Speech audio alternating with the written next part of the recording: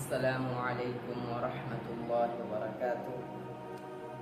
اللہ تعالیٰ نے پچھلے آیات میں کیا بتایا ہم شارٹلی ریکیپ کر لیتے ہیں۔ اللہ تعالیٰ نے منافقین کی مثال بیان کی اور وہ مثال بجلی کی مثال تھی، بارش کی مثال تھی۔ میں نے مثال کو پھر بھی کیا، انشاءاللہ امید ہے آپ لوگ سمجھ گئے ہوں گے۔ اور اللہ تعالیٰ نے بتایا کہ اللہ تعالیٰ ہر چیز پر قادر ہے، ہر کام کر سکتا ہے اللہ تعالیٰ۔ اب اللہ تعالیٰ یہاں سے توحید کا تذکرہ شروع کر رہا ہے، یعنی اللہ تعالیٰ پر اکیلے ایمان رکھو، اللہ کے ساتھ کسی کو شریک نہ کرو۔ چونکہ قرآن عرب میں نازل ہوا، نبی صلی اللہ علیہ وسلم کے سوسائٹی کے لوگ بت پرستش کیا کرتے تھے، بتوں کی عبادت کیا کرتے تھے۔ وہ بھی مانا کرتے تھے کہ اصل کریٹر، اصل بنانے والا ایک ہی ہے، وہ اللہ تعالیٰ ہے، لیکن انہوں نے یہ عقیدہ بنا لیا تھا کہ یہ جو فلاں بت ہے یہ بھی، اس کو بھی اللہ تعالیٰ نے اس کو بھی اختیار دیا ہوا ہے، یہ بھی بارش برسا سکتا ہے اور یہ خود مختار ہے، یعنی یہ خود فیصلہ کرے گا کہ بارش برسانا ہے یا نہیں برسانا ہے۔ پھر ایسے کتنے بت بنا دیے، گڑھ رکھے تھے، اور سب کو یہ اپنے عقیدے کے مطابق اختیار دے رکھا تھا کہ اللہ تعالیٰ نے انہیں اختیار دیا ہے کہ یہ فلاں کام کر سکتے ہیں، اس لیے ہم اللہ کی عبادت تو کریں گے لیکن ساتھ ہی ساتھ ان کی بھی ہم عبادت کریں گے تاکہ یہ بھی خوش ہو اور بارش برسائے، ہمارے رزق کی تنگی کو دور کر دیں، اس لیے ہم ان کی بھی عبادت کریں گے۔ تو اللہ تعالیٰ نے صاف طور پر اس آیت میں فرما دیا، جو ابھی میں آپ کو تفسیر میں سنانے والا ہوں، کہ صرف عبادت اللہ تعالیٰ کی ہونی چاہیے، اکیلے صرف عبادت اللہ کی کرنی ہے، اللہ کے ساتھ کسی کو شریک نہیں ٹھہرانا ہے۔ یہ تمام جہانوں کے لیے آیت ہے، چونکہ قرآن عرب میں نازل ہوا تو عرب، سب سے پہلے عرب والوں کو درست کرنا تھا، انہی سے پورا اسلام پھیلنے والا تھا، اس لیے اللہ تعالیٰ ان سے یہ خطاب کیا کہ تمہیں شرک نہیں کرنا ہے، صرف اللہ تعالیٰ پر ایمان رکھنا ہے، صرف اسی کی عبادت کرنی ہے اور اسی سے مدد مانگنا ہے۔ ان بتوں سے مدد مانگنا اور ان کی عبادت کرنا چھوڑو، کیونکہ سب پیدا کرنے والا اللہ تعالیٰ ہے۔ جب کریٹر سب چیز کا اللہ ہے تو پھر تم ان بتوں کی عبادت کیوں کرتے ہو؟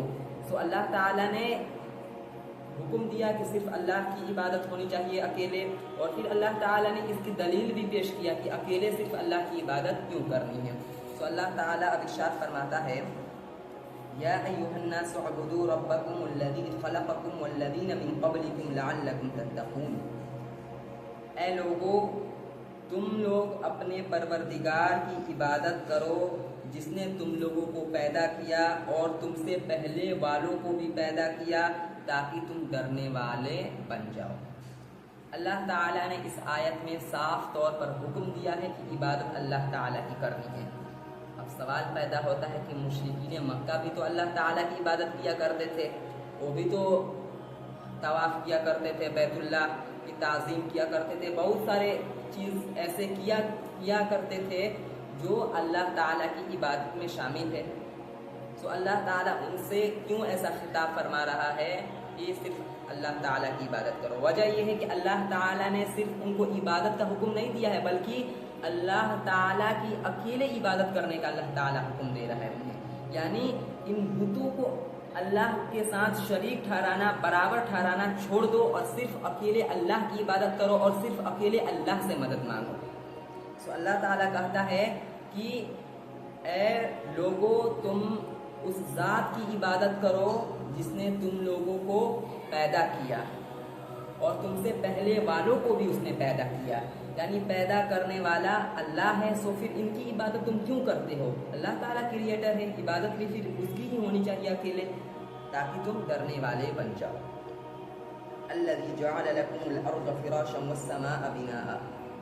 اب اللہ تعالیٰ فرماتا ہے کہ اللہ وہ ذات ہے جس نے تم لوگوں کے لیے زمین کو بچھونا بنایا اور آسمان کو چھت بنایا۔ اب اللہ تعالیٰ دلیل پیش کر رہا ہے کہ اللہ تعالیٰ کی عبادت اکیلے کیوں ہونی چاہیے، اس کے ساتھ بتوں کو شریک کیوں نہیں ٹھہرانا ہے۔ اللہ تعالیٰ اس کی دلیل پیش کر رہا ہے۔ اللہ تعالیٰ کہتا ہے کہ اللہ وہ ذات ہے جس نے تم لوگوں کے لیے زمین کو بچھونا بنایا۔